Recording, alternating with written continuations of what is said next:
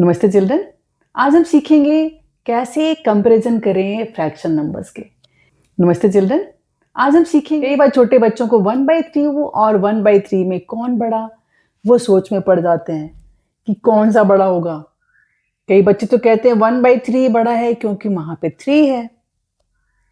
तो आपको ये बहुत ही सिंपल है, डेली लाइफ में आप यूज करते हैं इन चीजों को, लेकिन आप ध्यान नहीं दे पाते। आपको अपनी ऑब्जर्वेशन बढ़ानी है।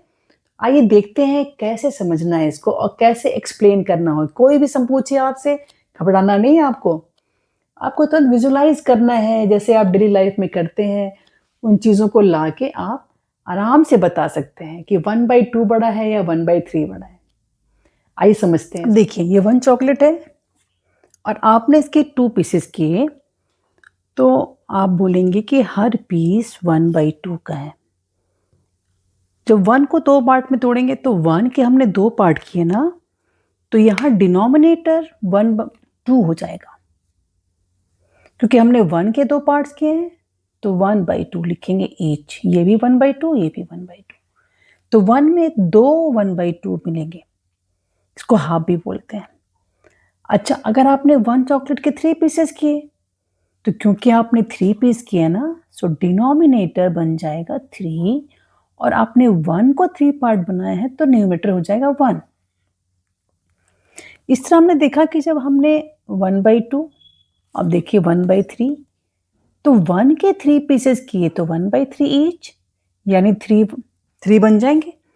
तो आपका शेयर देखिए, जब आपने ज़्यादा किया ना, डिवाइजर बड़ा हो गया तो नंबर छोटा हो गया अपने आप, वो पार्ट छोटा हो गया।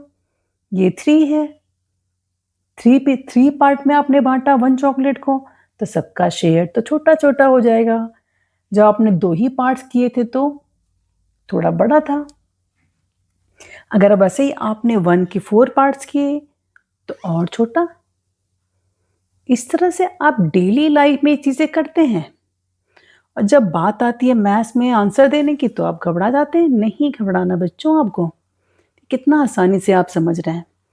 ऐसे देखे करेंगे आप, डेली आप यूज़ करते हैं मैथ्स को। देखिए हमने 6 पार्ट्स किए, तो देखिए और छोटा छोटे पीसेस बनेंगे और शेयर छोटा हो गया।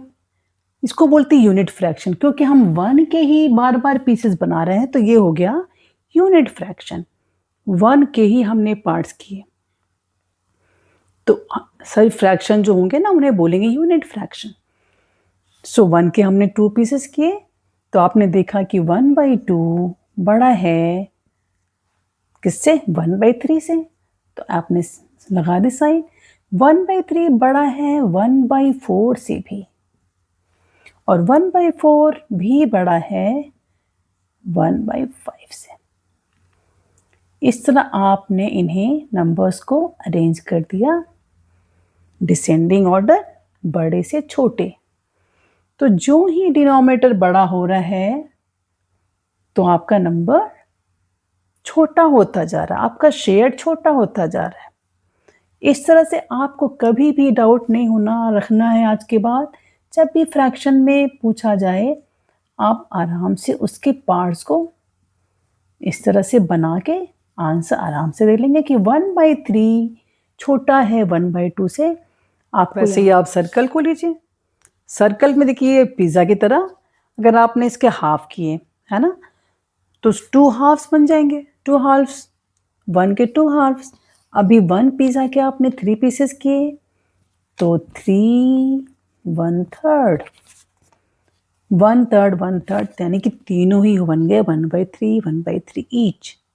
तो आपने फिर से देखा यहाँ पर कि 1/2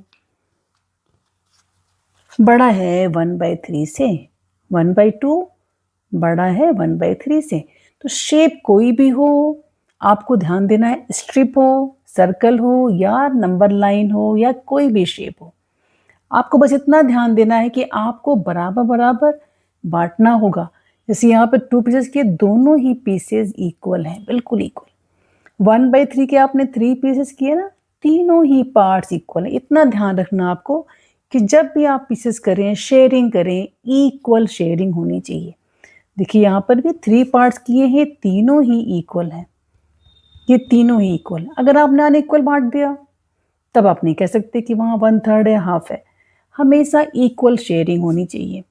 तो इस तरह से आपने सीख लिया 1/2 इज ऑलवेज ग्रेटर देन 1/3। आपको डिनोमिनेटर को नहीं देखना कि डिनोमिनेटर इसका बड़ा है तो यह नंबर बड़ा होगा, नहीं, आपको देखना है 1/2। 1 डिवाइड बाई 2, इसका मतलब 1 को 2 से डिवाइड किया। 1/3 इट मीन्स 1 डिवाइड बाई 3, 1 को 3 से डिवाइड किया। ठीक है, इस तरह से आपको हर मैथ्स के हर चीज़ में इन्वॉल्व होकर आप करें, आपको समझ आएगा मैथ्स, आप इंजॉय करेंगे। आई होप आपको समझ आ गया होगा ये टॉपिक। कोई भी डाउट होने पर मुझे कमेंट बॉक्स में लिख के बताएं, मैं दोबारा समझाऊंगी। पसंद आया हो, समझ आया हो तो अपने फ्रेंड को भी शेयर करें, उन्हें भी समझाएं कैसे करना है। घबराना नहीं सारे क्वेश्चन में। ठीक है, मिलते हैं अगली क्लास में। Bye bye.